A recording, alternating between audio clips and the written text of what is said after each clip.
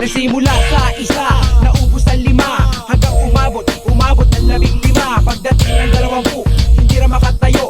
Busog, lubog na sa pagkaupo. Yan na nga ba sinasabi, hindi naman babae.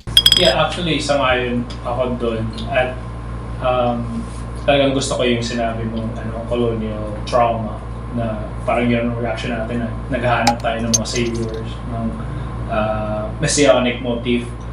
And I think yung idadagdag ko doon, hindi lang siguro yung psychology or yung kultura natin dito, kundi yung binigay na sistemang demokrasya sa atin.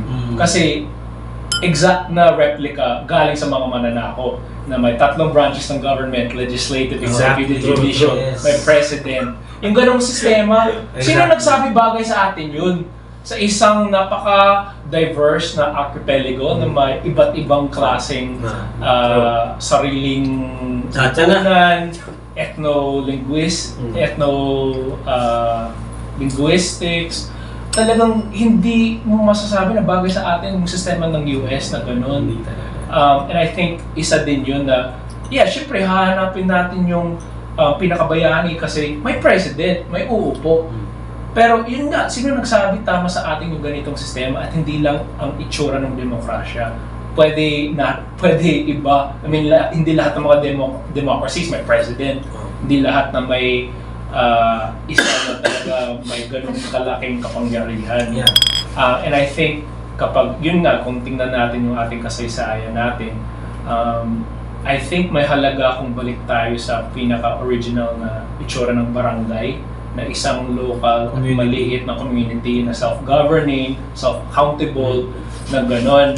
Pero yung problema kasi ng ating mga barangay, lalo yung mga malaki, kami sa Commonwealth, top 3 na pinakamalaki dito sa buong Pilipinas, yung galaw niya parang nagiging hindi nawala yung diwa ng barangay kasi masyado na siyang malaki. Wala na yung communal accountability. Yung mga taga-barangay hindi umiikot sa buong barangay. At kapag tatakbo ka sa barangay, kailangan talagang may pera ka, may ano man. Savior pa rin. Savior pa rin.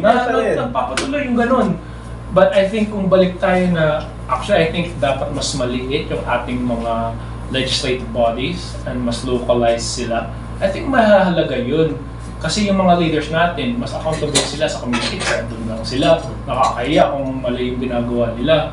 At madali lang lumapit sa kanila. I think yun talaga unang itsura ng barangay na yun, nawala dahil binigyan tayo ng ganitong klaseng sistema ng demokrasya. May national government, may mga provincial, may local government, may city government, may ganun. Presidential system. Yeah, yung ganun. I think pwede tayo magtanong kung bagay ba talaga sa atin to.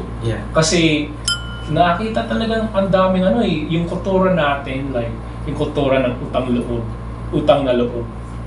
Parang, I think yun ang isang dahilan kung bakit nangyayari yung sinasabing corruption kasi ginagamit para, I think yun lagi ang dahilan sa mga pork barrels, mga ganun, kasi yung mga tumakbo may utang na loob sa mga tumulong sa kanya. Yung mga values natin lumalabas, pero dahil para sa akin hindi bagay yung sistema, ayun, nagkaroon ng abuse, ng power, ng kapangyarihan. Pero kapag punta tayo sa isang sistema na mas bagay sa kultura natin, sa values natin, ng utang na loob, pakikipagkapwa, pakikisama, yung mga ganun. I think, yun, sana mawala yung kultura ng naghahanap lang tayo ng isang tao maging savior natin para mawala na. Tsaka yung kultura ng bayanihan. Yung bayanihan kasi hindi siya galing sa salitang bayan diba? Kasi kung bayan yan, hindi bayanihan ang tawag dyan, bayanan yan. Yung salitang bayanihan is actually come from the term bayani. Pero yung konteksto ng bayanihan, group of people.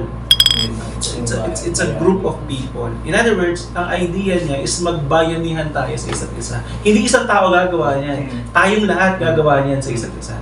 So yung bayanihan, may idea ng pagsasama-sama, pagtutulong-tulong, pag-aalaga at paglilingkod sa isa't isa.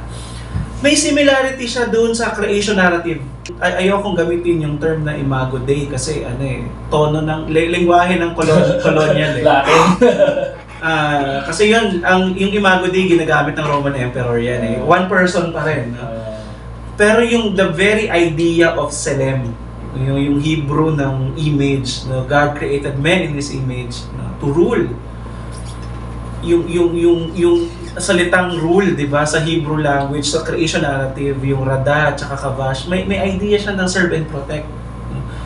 Na very radical yon sa creation narrative ng ancient Near Eastern traditions dahil nung common sa lingwahe ng politics ng ancient world is ang kings ang imahe ng Diyos representative ng Diyos sa lupa.